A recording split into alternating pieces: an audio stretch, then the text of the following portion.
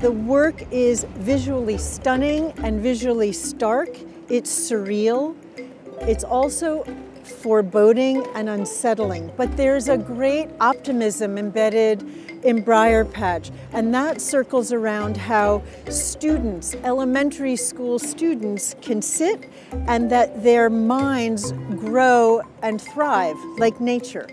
But another way to read that work is that nature becomes part of overgrowth that happens in tandem with stasis. So Brier Patch gets us to think about elementary school education, public education in America.